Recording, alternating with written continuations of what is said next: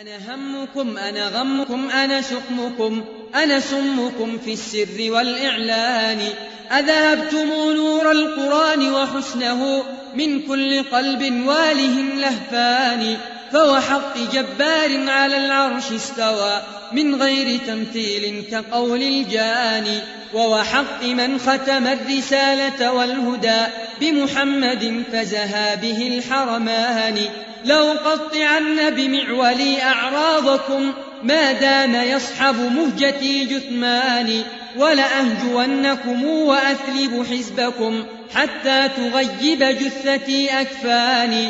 ولأهتكن بمنطقي أستاركم حتى أبلغ قاصيا أوداني. ولأهجون صغيركم وكبيركم غيظا لمن قد سبني وهجاني.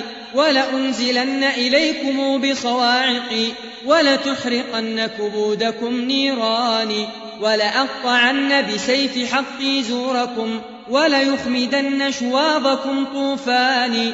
ولأقصدن الله في خذلانكم وليمنعن جميعكم خذلاني. ولأحملن على عتاة طغاتكم حمل الأسود على قطيع الضاني. ولأرمينكم بصخر مجانقي حتى يهد عتوكم سلطاني. ولأكتبن إلى البلاد بسبكم فيسير سير البزل بالركبان. ولأدحضن بحجتي شبهاتكم حتى يغطي جهلكم عرفاني. ولأغضبن لقول ربي فيكم غضب النمور وجملة العقبان. ولأضربنكم بصارم مقولي ضربا يزعزع أنفس الشجعان. ولأسعطن من الفضول أنوفكم سعطا يعطس منه كل جبان. إني بحمد الله عند قتالكم لمحكم في الحرب ثبت جناني. وإذا ضربت فلا تخيب مضاربي وإذا طعنت فلا يروغ طعاني.